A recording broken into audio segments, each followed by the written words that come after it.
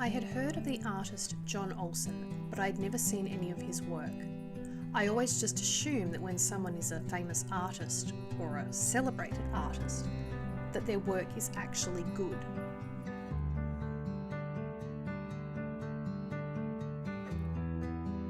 There was an article in the paper a few months ago, and it was about his daughter's work.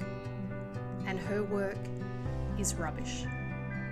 It's chuck some paint on a canvas, slap a $5,000 price tag on it, and then invite the suckers in.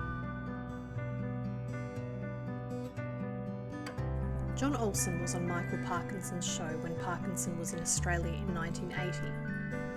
He had painted this mural in Sydney, and the story was that 14 million Australians had seen it. The mural was painted alongside the Sydney Opera House while the Opera House was being constructed. According to Olsen, the construction workers were heckling him and saying that their 5-year-old children could paint better than he could.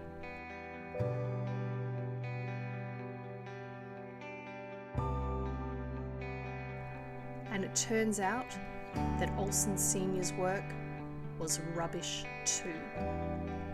John Olsen came under such scrutiny from construction workers that he had to hire security to protect him while he painted. He worked on the mural for 7 years and he still didn't get it finished in time, so he kept going back and adding to it. The inspiration for the mural was a man who had come out of a pub wearing an overcoat stuffed with beer bottles, got on a ferry, fell overboard, and was never seen again. Olsen was really charming and a very funny man, which could have made up for his lack of skill in his trade.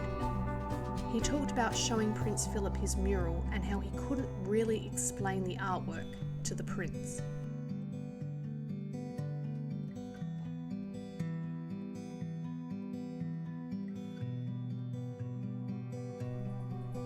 There's a theory that you have to be really well educated to think things that are rubbish are not, because the more educated you are, the better you are at coming up with good explanations for why something is not rubbish, when to the average construction worker, it most certainly is.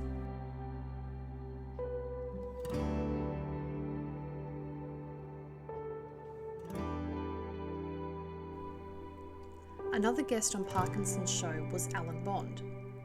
Now, when I think of Alan Bond, I think shady businessman, but I digress. Alan Bond talked about how he did an apprenticeship when he was a teenager as a sign writer, and he also painted murals.